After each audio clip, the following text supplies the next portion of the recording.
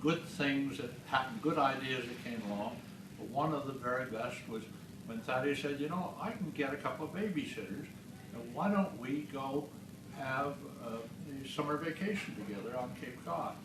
And so we rented the Flag House at South Chatham.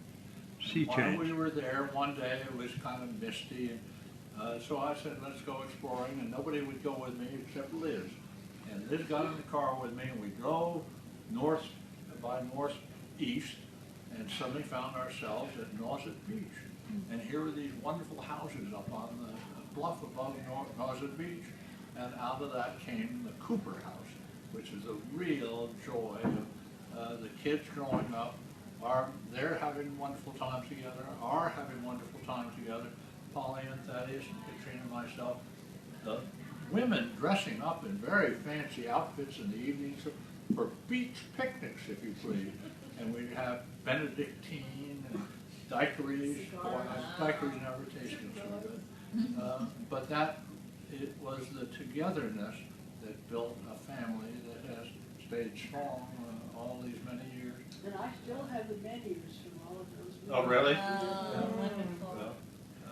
And then, of course, Christine and I worked all day to make it work, but it that was Cape Cod 1, and then came Cape Cod 2 at the Wellfleet Motel, when the next generation, all you wonderful people who were counting off your names, you were about this high, but you were number 1, 2, or 3, or 4.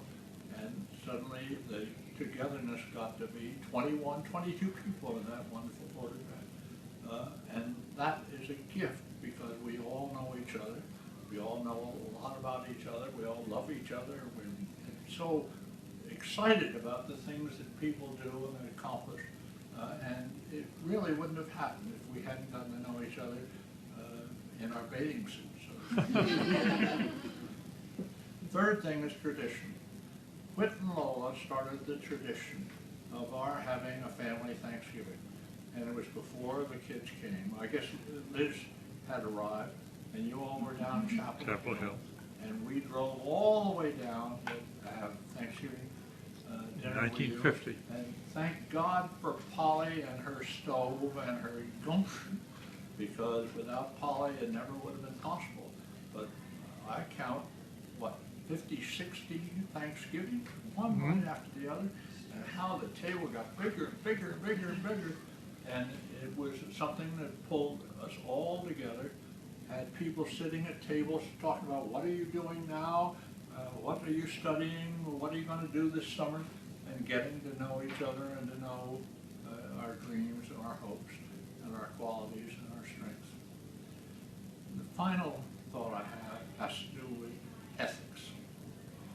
There was a wonderful book of recollections by the Delaney sisters, who were two elderly women who were daughters of a minister who had been born a slave in the South. And they'd been brought up in this southern household where their father, who was now a minister, but who had been a product of slavery.